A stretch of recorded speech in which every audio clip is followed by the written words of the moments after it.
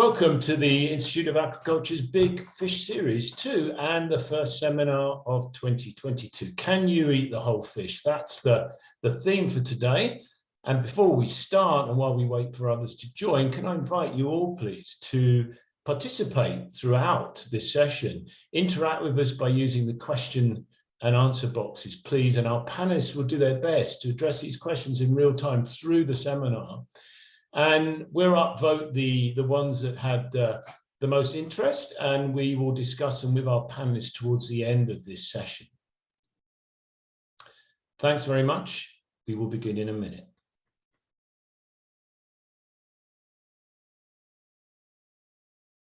So, my name is David Little. I'm at the Institute of Aquaculture, University of Stirling, and I'll be hosting today's event.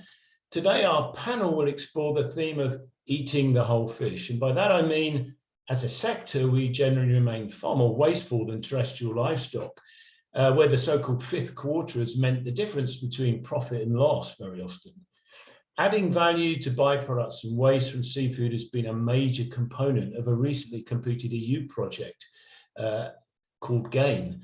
And our co-host, Roberto Patriz, coordinator of that project, is going to set the tone with a presentation when I finish this. And yet around the world, there are very different perspectives of what constitutes eating the whole fish, what is edible of any aquatic animal. And we hope to share some of these views today with our panel members and think about implications for affordability, nutritional benefits, and the culture in which we eat fish.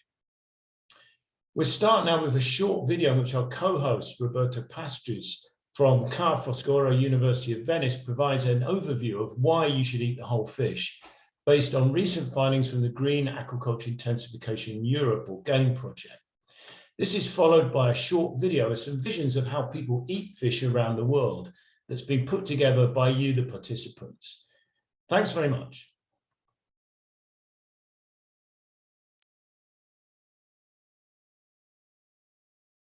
Good morning and welcome to the Eat the Whole Fish seminar of the Big Fish series.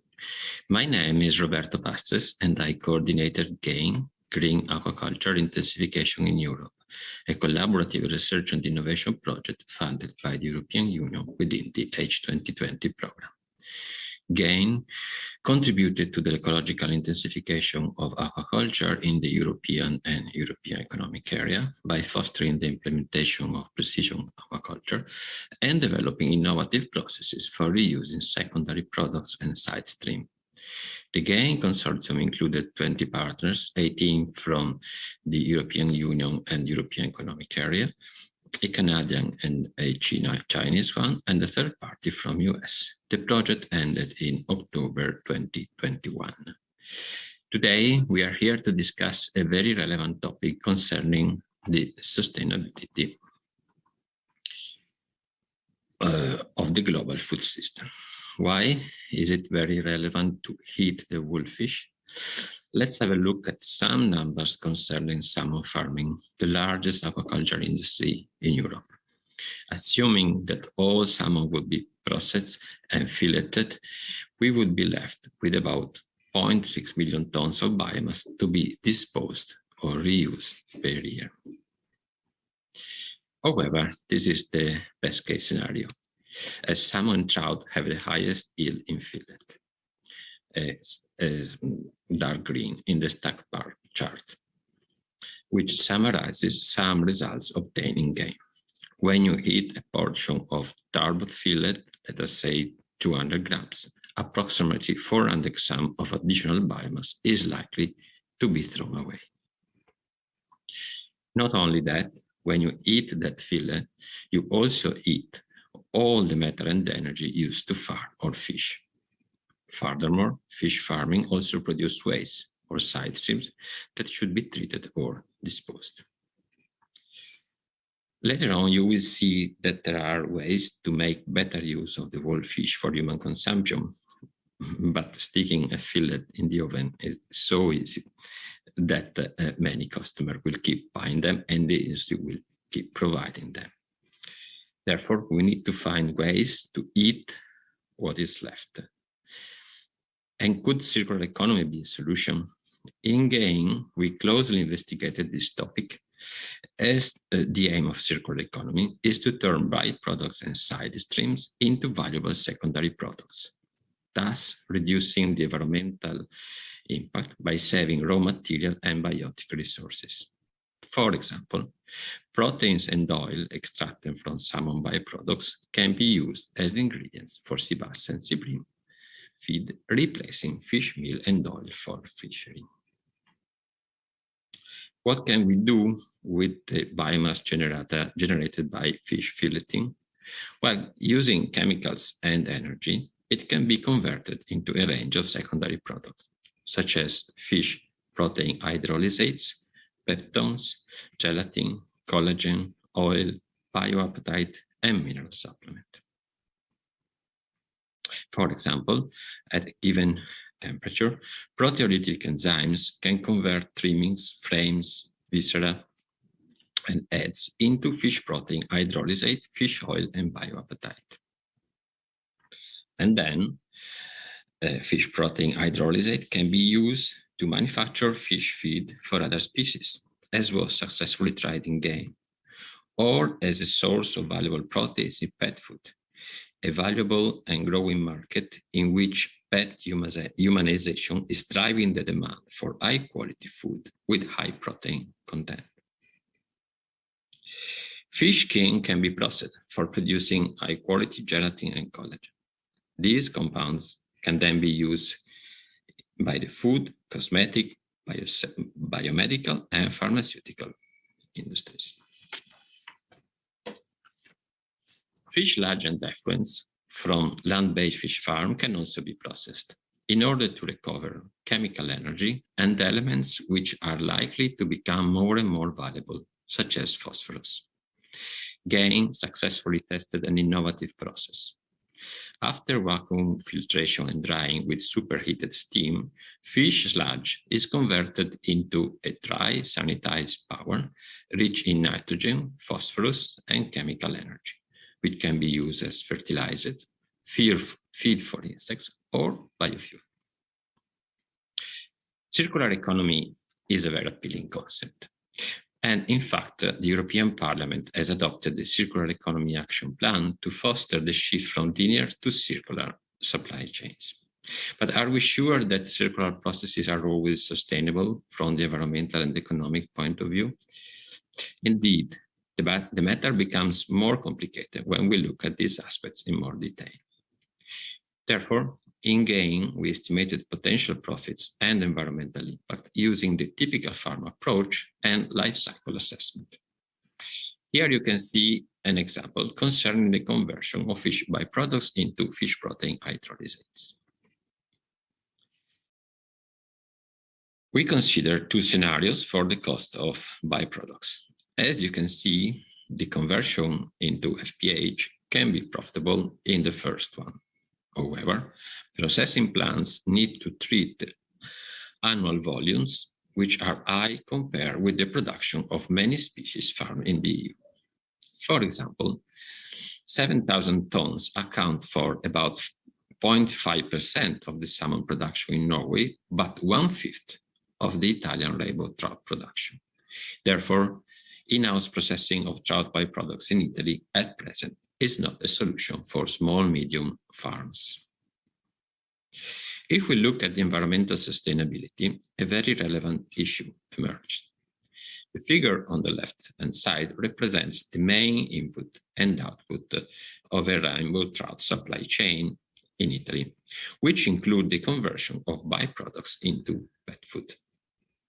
On the right, you can see the result of the life cycle assessment in terms of percentage contribution of feed, farming, fish processing, and byproducts processing to 6 impact categories. The production of pet food contributes to about 30% of the global warming potential, which is proportional to the greenhouse gases emissions, and the cumulative exergy demand. In fact, extracting FPH requires a lot of free energy or exergy, and in Italy, about 8% of this energy still comes from fossil fuels. Therefore, the sustainability of the water supply chain is strictly linked to the transition towards renewable and sustainable energies. What can we learn from these examples? Well, we certainly need to switch from a linear to a circular economy to reduce waste and our footprint on the planet. But this transition should be accompanied by a transition towards renewable and sustainable energies, as required by the EU Green Deal, careful analysis and rearrangement of the logistic of supply chains to increase the profitability of byproducts processing.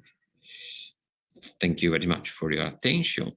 Let me also thank the Institute of Aquaculture of Stirling University for inviting me to open this very interesting seminar. Here you can find some details and links for getting access to all the information and new innovations that we produced in the GAIN project.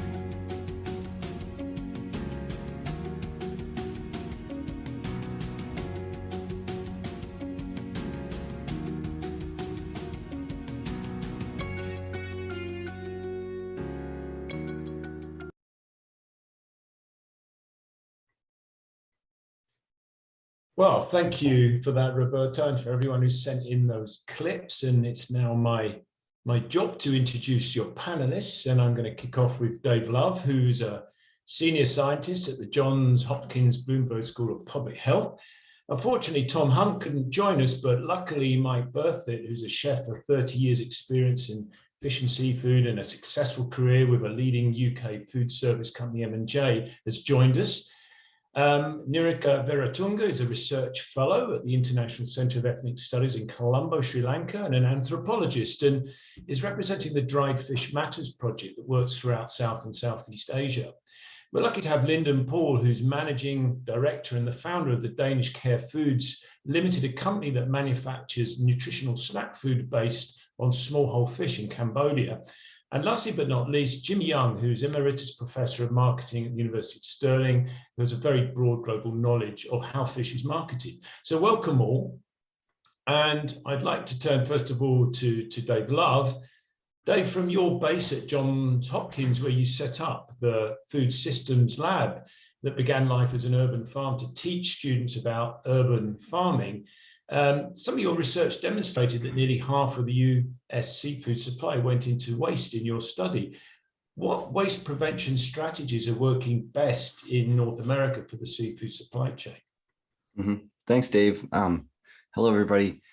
A few years ago, we looked at seafood waste with secondary data sets. We found between 40 and 47% of seafood is wasted in the US. That's seafood that could be going to human to humans, but it's not, it's thrown away. So that's how we apply seafood waste. And we thought, wow, that's a lot of waste, 40 to 47%. So we wrote a grant, got funded by the US government, and went about a 4-year project to better characterize how much is being wasted in the United States. And we are just about wrapping up that project. COVID has slowed us down a little bit, but we've got some data to report. So based on primary data we've collected from production through consumers, we think now the amount that's wasted is more like 20% in the United States, which is good news. It's a lot lower than we first thought. And it comes from a couple different areas. And I want to unpack how we waste and then get to some strategies about how to reduce waste. So of that 20% of seafood production that's wasted, about 40% comes from the production and processing stages. 35% comes from consumers, both plate waste and waste at home. So waste when they're out to eat, when they're not finishing what's on their plate, and waste in their own kitchens.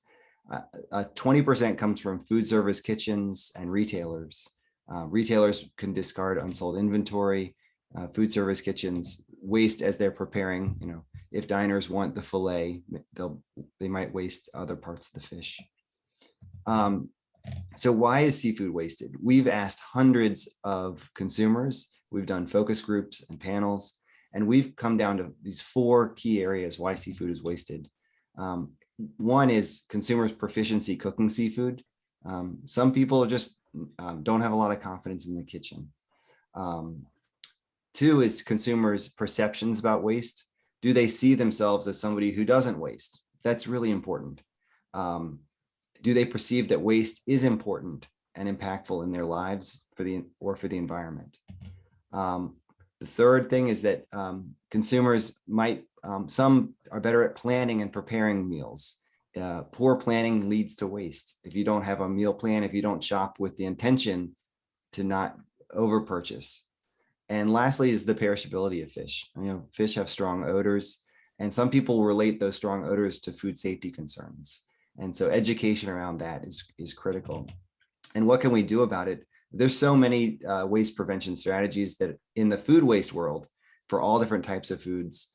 And there are specific sets of opportunities and challenges at each stage of the supply chain. One thing we've looked at very closely is the Cook It Frozen campaign, where retailers and consumers buy frozen seafood. Consumers bring it home and they cook straight from frozen. And we've been studying this with the World Wildlife Fund and Drexel Food Lab. I can share a link to a paper we just published in the chat window to share with others. There's so many good ideas. I'd love to hear from other panelists, though, what's solutions they're using at their stage and in their sector. Thanks very much, Dave, for that. I mean, I think it's fascinating, this idea that how you see yourself really affects how much you're likely to waste, and speaks to the educational side of things, of course. So perhaps I could ask Mike Berthett to add a few thoughts to that. Yes, good afternoon, everybody.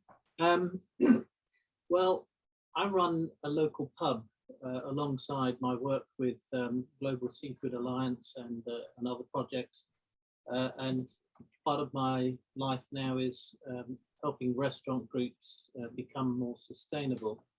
And I've seen some fantastic initiatives over the last few years.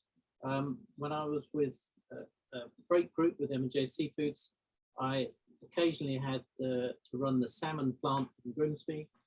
And, you know, when we're processing salmon, we do utilize all of the parts of the fish except for the blood. The blood can be reclaimed. It's a bit expensive, and it does go into pharmaceuticals, and has been very beneficial in helping sort out spinal injuries. But, you know, we use the frames, we scrape that off, we use the meat, we use the heads. They go to mostly to Africa for main meals.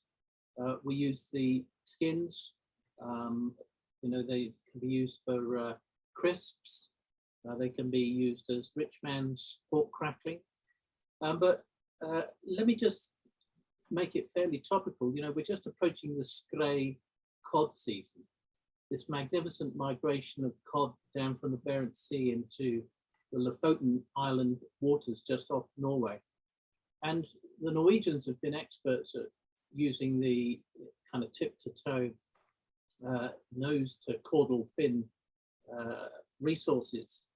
And, you know, the heads are cut off, and I have to say it's children normally from the local schools that then put the head on a tenterhook, and they cut the tongues out. And the tongues are a delicacy. We used to use the cod cheeks. They're very, very nice, a little tougher than the flesh, but very, very nice.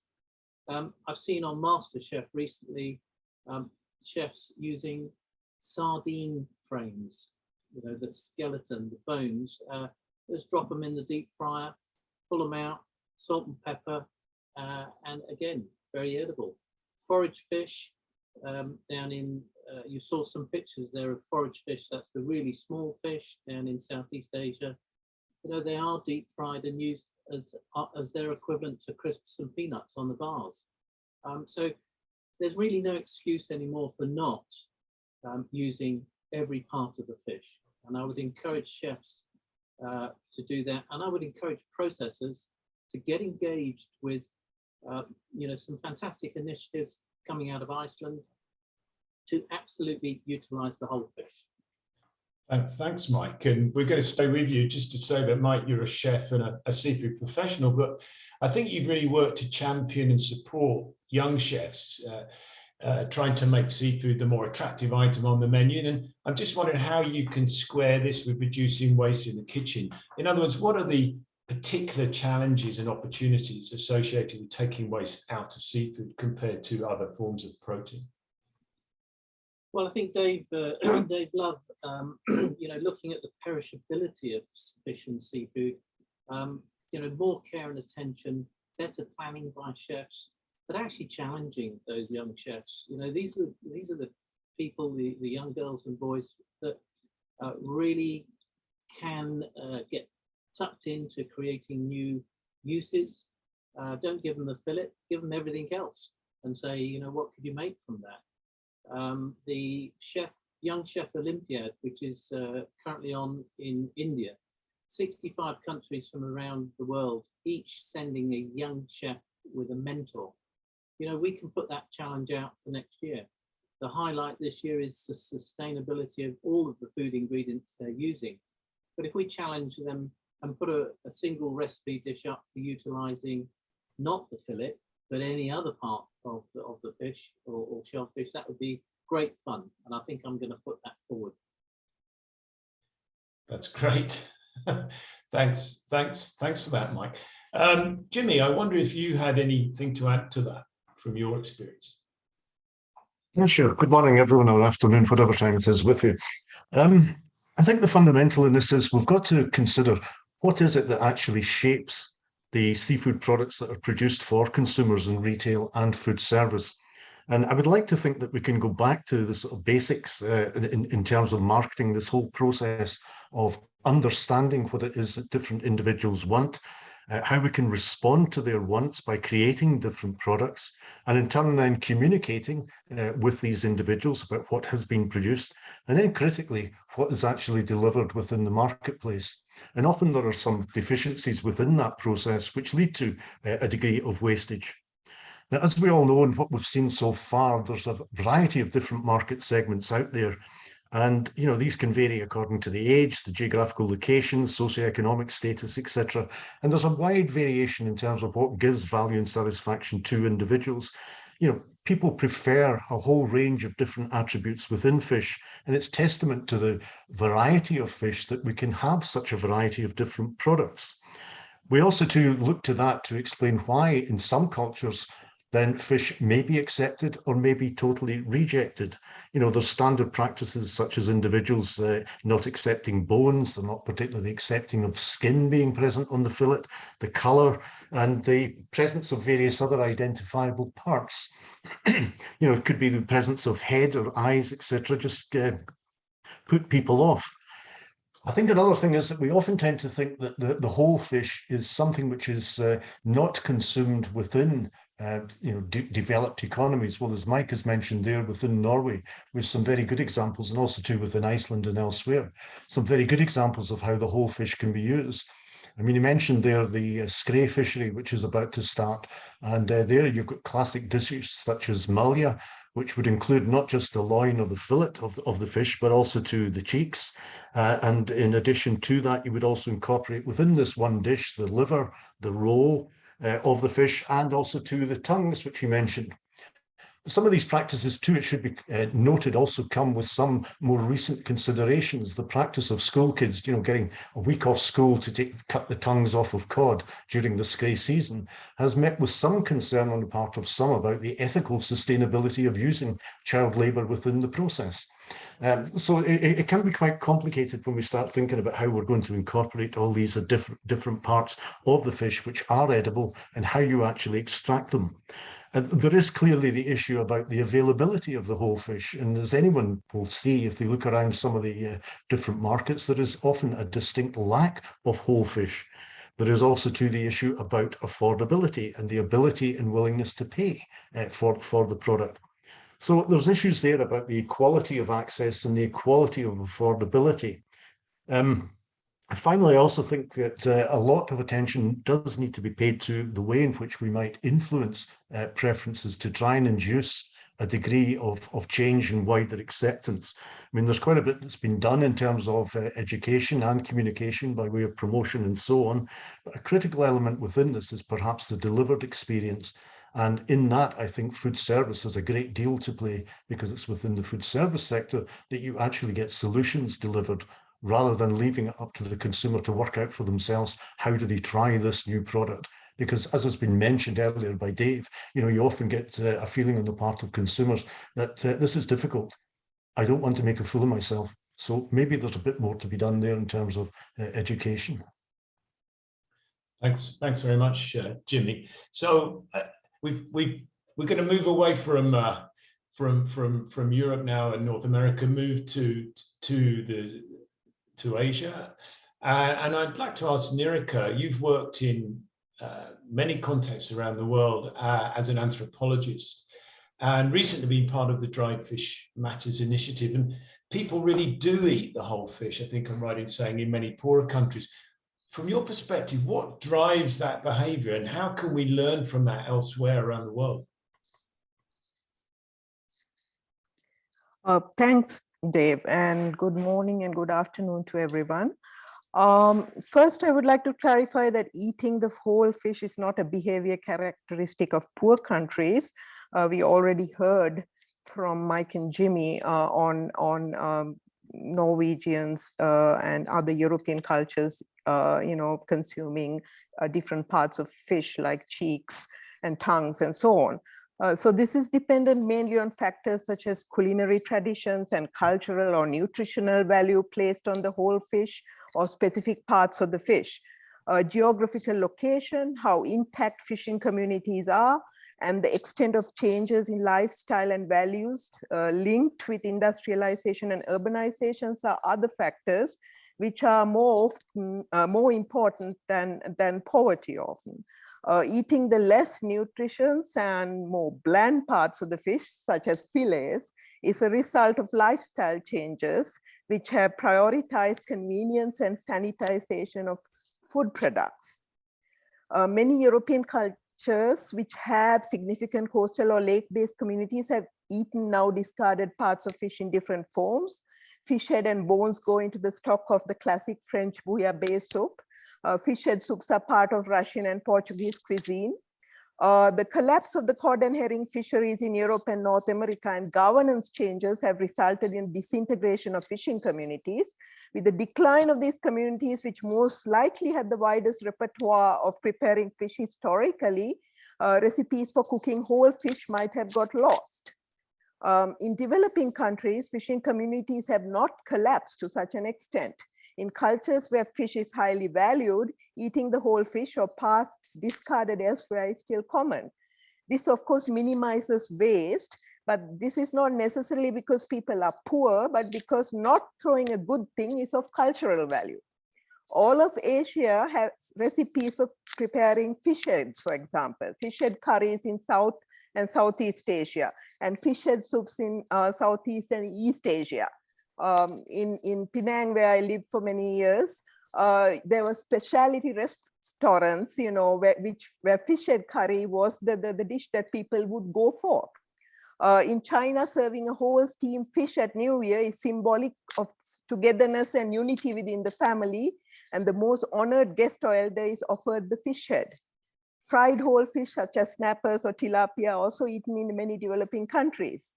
However, usually the entrails and inner parts of the head are removed, so it's not exactly the whole fish that is eaten. Small fish such as anchovies and sardinella are fried or cooked and eaten whole, again without entrails, except in the case of fermentation. All over Asia, Pacific Islands, Africa, the Caribbean, and South America.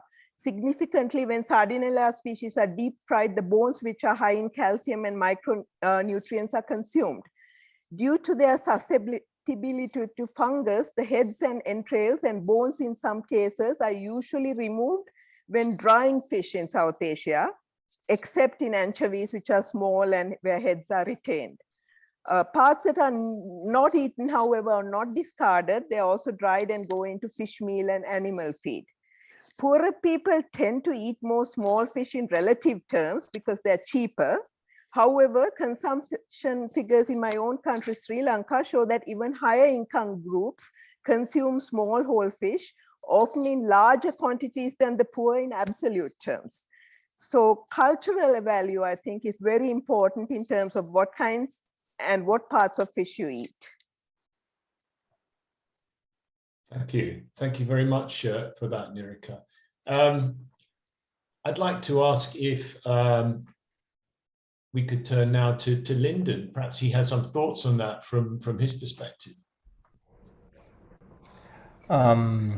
I have to agree with the presentation just now by Nirika in saying that small fishes has been, or the whole fish has been eaten throughout the world, but also we also need to be able to define when you say a whole fish, the bigger the fish, you usually don't consume the larger bones and the head bones in them, but the meat around it, the eyes, the stomach, all are eaten all throughout the world. And here in Cambodia especially, smoked fish is a very, very sorted out product since there is seasonal changes, which is very tiresome for some people because there is no fish migration during the off seasons, and that affects all throughout the region. So smoked fish, fermented fishes are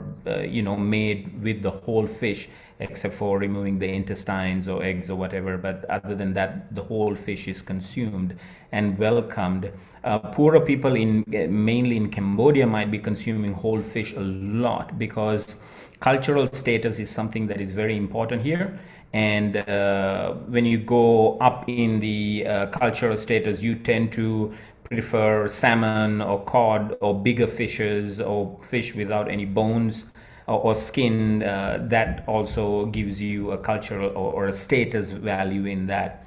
But the lower, which is predominant in Cambodia, the lower income groups, they eat the whole fish. And rainy season time, it's all throughout the paddy fields and walk paths. Even in the city where I live, during the rainy season, my kids and I, we go about catching small gourami species and walking perch and snakeheads and different smaller species that we fry whole and eat them. So that is regardless of poor or rich, is very well followed.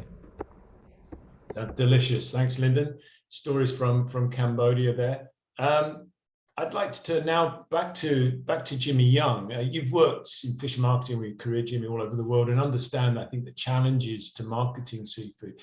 What could you tell us about what you might see as the low-hanging fruit in terms of reducing waste, and And what might be longer term strategies required by those marketing seafood globally?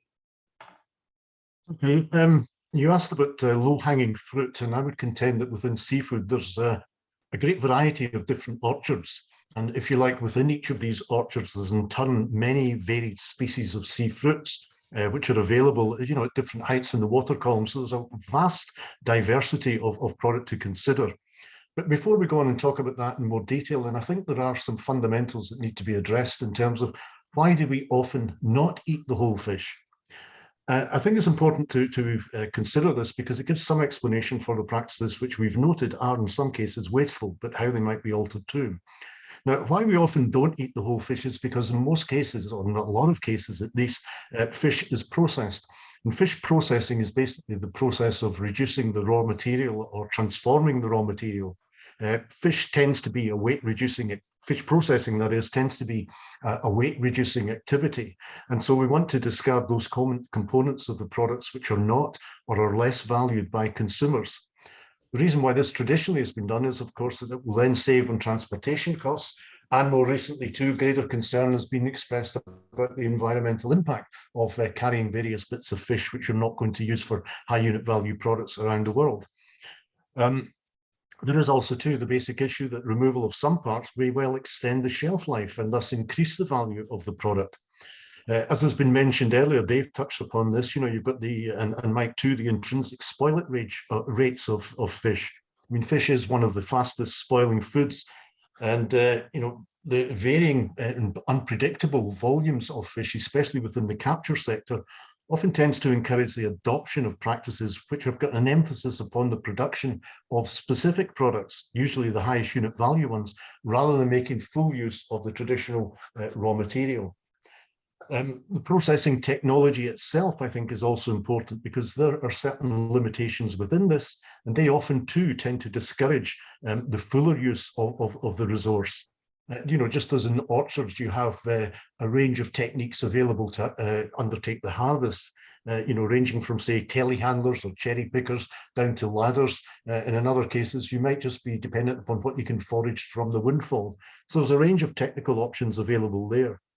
Another reason why fish is often not consumed whole and is transformed is because of the labor constraints.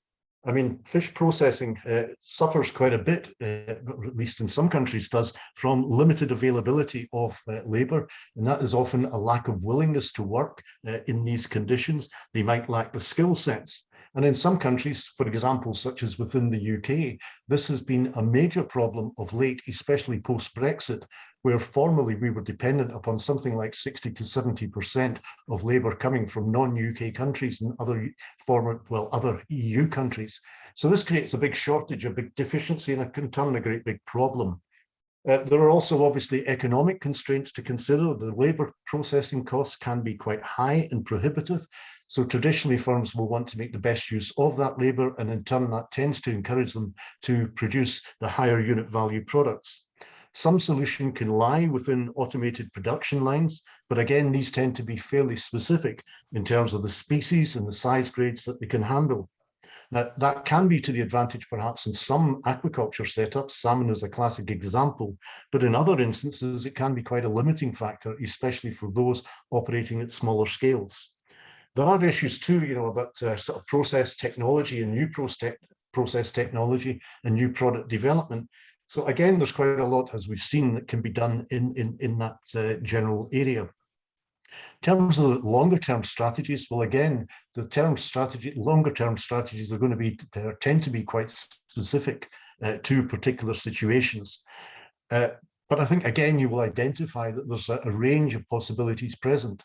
I mean, there could be some relatively minor modifications to existing practice, in some cases just looking at the logistics of the supply chain, you know, in some instances transferring from air freight to frozen by sea.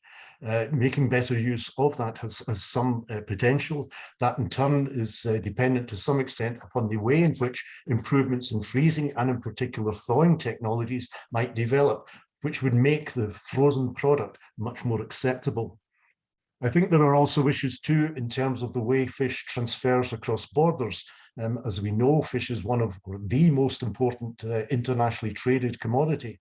So its transfer across different border zones is very important.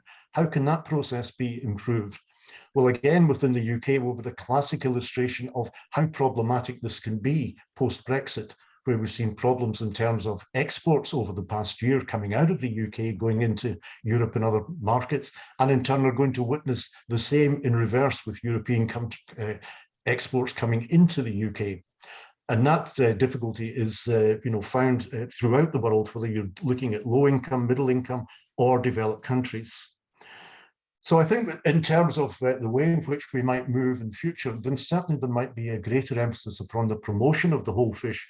But in particular, I think this also needs to recognize making fuller use of the innate attributes of the fish, i.e. not just looking at using additional parts, but making better use of the fish, which conventionally or traditionally we have eaten. In other words, looking at better ways of ensuring that we preserve the fish to try and maintain and prolong the shelf life so that we get the full added value from that product. Of course, also we can do things in terms of changing preference through promotional activities and so on.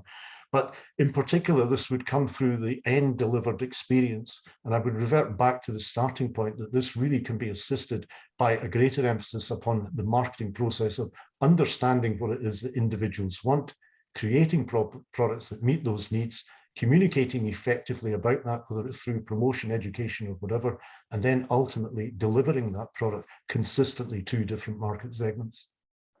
Thanks, Jimmy. So just perhaps briefly, Nerika, I'm just wondering how the future of dried fish looks with that. We know it's really important. It's often completely ignored, hence the project that you're working on.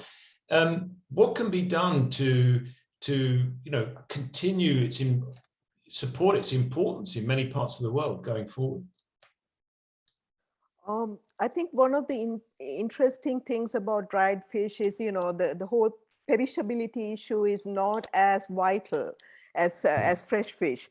So one of the things that we have found out in our research is that there are new consumption trends in many countries of Asia of bottled or packeted, easy to consume dried fish preparations. For example, sambals and pickles with anchovies and sardinella are available in urban supermarkets and also to diaspora overseas. Parts that are usually discarded are powdered and go into new products such as chili paste in Sri Lanka.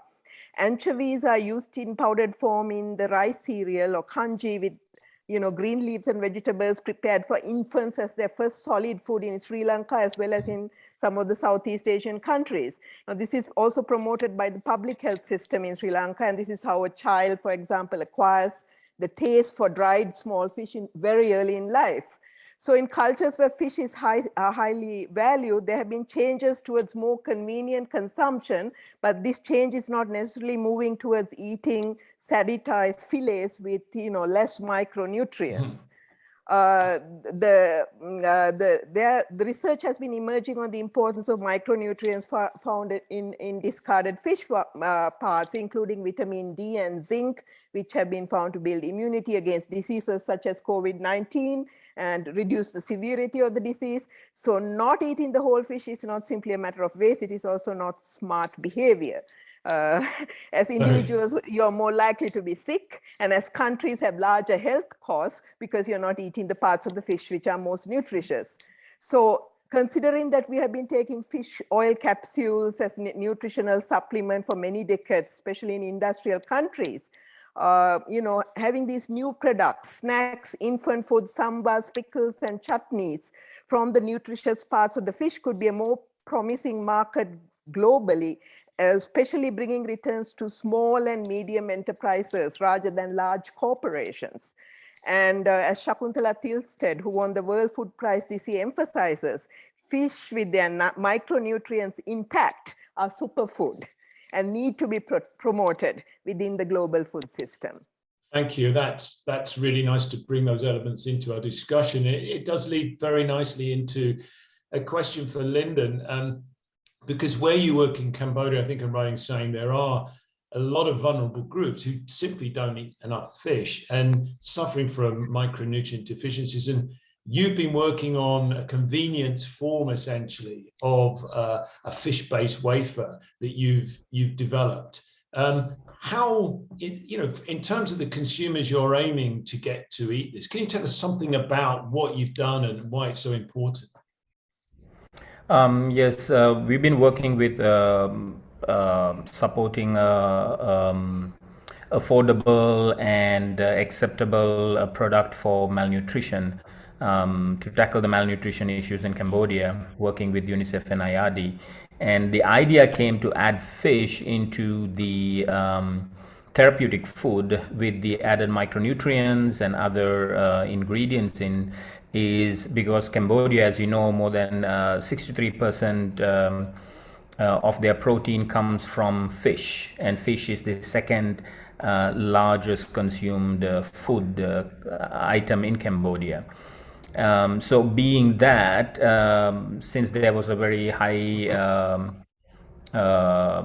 rate of malnutrition and not many like the taste of a milk-based product, we came up with an idea with the researchers in introducing fish into our product, and we processed the whole fish, excluding the gut. That is due to we couldn't further process it, and it was used for children from 6 months above. So due to many safety reasons, we have to remove that. And the species that we're using were all small species. Main species was the Siamese mudcarp, and also Rasbora species, silver mudcarps, longfin carps, and there were some spotted barbs, red barbs, and so forth, which are all smaller species and migratory species, and also sometimes known as trash fish as well. And they are used in the Cambodian fermented fish, or they call it prohok here, or Khmer cheese, or Cambodian cheese they call it. So we took a different end to that by processing the whole fish, grinding it into a powder and introducing it, and it made a huge impact, whereas many people like the taste and the feel of the fish, and it has triggered a lot of other projects in that as well, whereas they want other different kinds of fish-based products. So it is an interesting end to introduce, even though people consume a lot of fish, but it's in the form of fish sauce or fermented fish that is kept throughout a long time period, or it's processed in the house, but not given to young children who are sick or who are needing attention. But our food with the fish can be given to even children who are struggling with malnutrition or other issues in order to be treated. So that is playing. I mean, fish is playing a vital part in there. That's great. Thanks so much for that, Linda. Good. I'd like to now go to the whole panel, if I may, and to consider one or two of the top questions that have been popping up on the dynamic Q&A. And the first question, I think that's ranked the highest. I'd like to ask Dave Love, who kicked off on the questions. The short shelf life of fresh fish, and perhaps the great potential for frozen fish consumption. Great, but there seems to be this perception that fresh is best. And I'm wondering, Dave, how you feel about that, and what perhaps can be done to change consumers' perceptions around that issue. Dave? Yeah, that's a great question. So fresh, is fresh best? I think it depends on who you ask. I think it depends on what their experiences are with seafood, what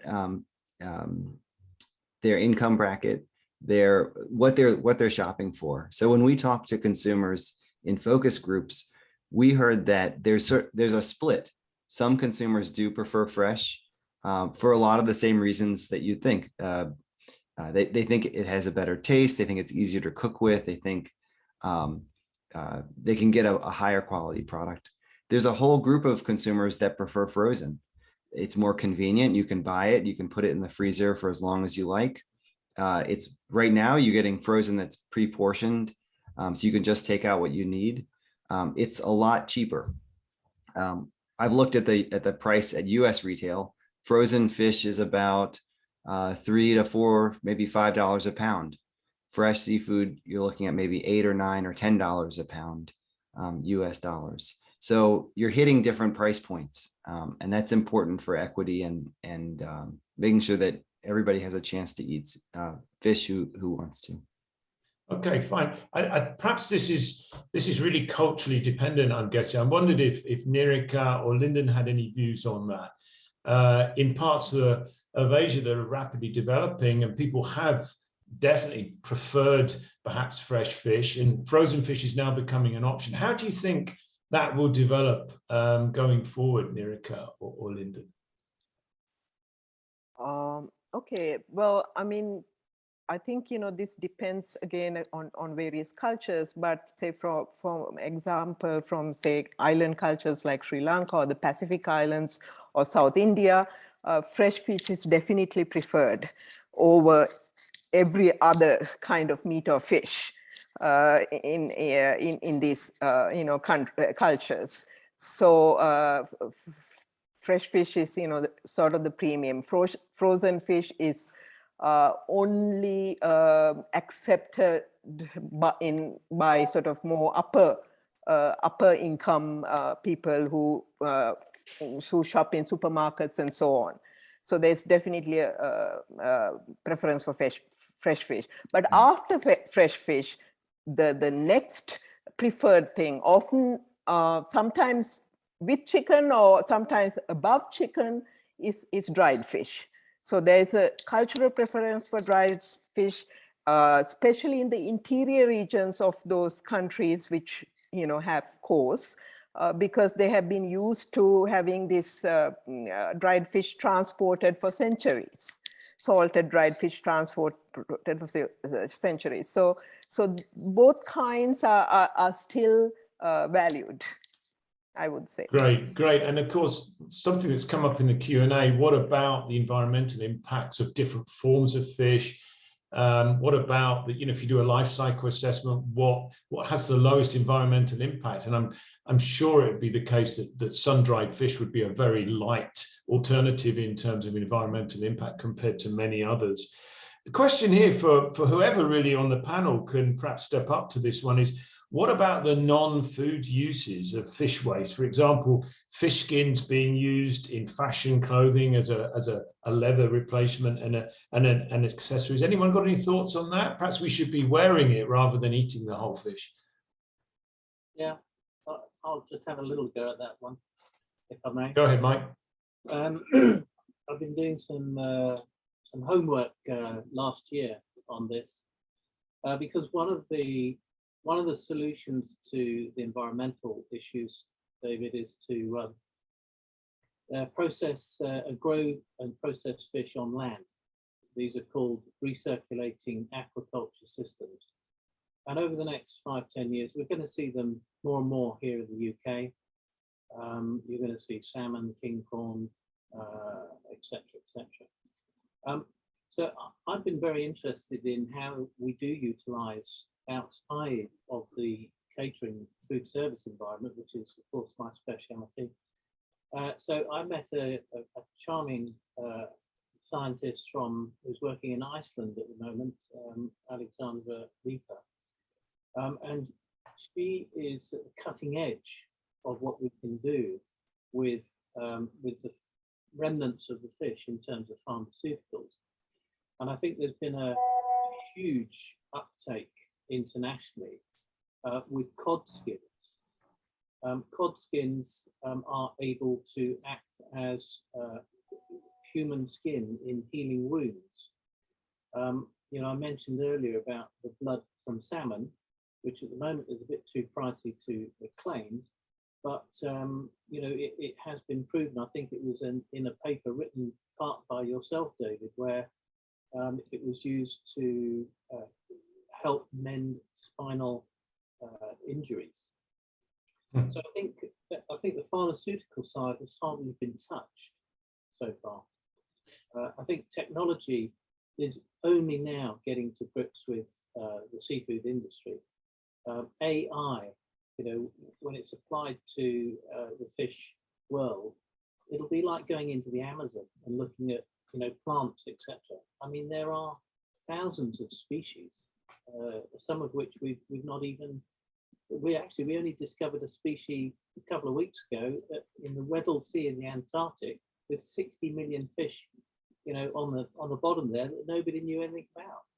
There's mesopelagic range of fish, at depths of, below 300 meters that have been discovered a few years ago. It's just a plethora. If I was a young scientist, I'd be like a boy in a sweet shop. So yeah, such an exciting future. You're right, and of course, looking at all these non-food opportunities was very much part of the GAIN project. We weren't just looking at byproducts going into food, but thanks for that, Mike. Fascinating, and I think it's time to draw our panel to a close, and I'd really like to now invite Dr. João Ferreira, who's the Chief Scientific Officer of the Longline Environment Limited, to perhaps draw together some of the highlights of today's session. Thanks, João. Over to you. Thank you very much. It's a real pleasure to listen to this discussion and to entertain the opinions of such excellent panelists. I think everything that was said was pretty convergent. And I don't have much time. It's a bit of a stream of consciousness thing that I'm going to do, trying to sort of pick up on some of the thoughts that I heard.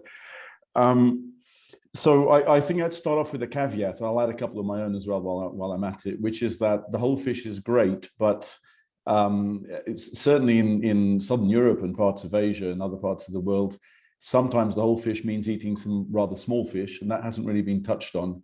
And that can be a liability because it then will affect recruitment and so on and so forth for some of the species. I'm thinking if you go to Spain and things like puntillitas, where you have those kind of whitebait fry-ups and that sort of stuff, the Italians do that as well. I'm Portuguese. In Portugal, that's something that happens too. So that's one caveat. But so in general, we're talking about the fish, and then it kind of breaks down into the fillet. There's not really a big discussion about that. Dave mentioned a few things about some ineptitude sometimes in the way people cook it and so forth, but that's not really what's at issue. I think it's the rest that we're more focused on. And there you split into these non-human uses and the sort of high protein partial hydrolysis, that kind of thing, the sort of stuff that Roberto focused on, Roberto Pastres. And then there's all this other stuff to do with human use. And I agree with Nireka. It's much more a culture and tradition issue than it is a poverty issue. I do think poverty comes into it, but perhaps because I'm biased since I'm speaking to you from Southern Europe and I hold a Portuguese passport there, I don't think there's been enough of that discussed here, because the Europe is very different like that. The Southern Europeans are much more into the whole fish. And here in Portugal, certainly tongues, eyes, anything like that is fair game. In fact, it's widely accepted that the best parts of the fish are the head and the tail down here. So all that is, but that extends to Asia and extends to a number of other parts of the world.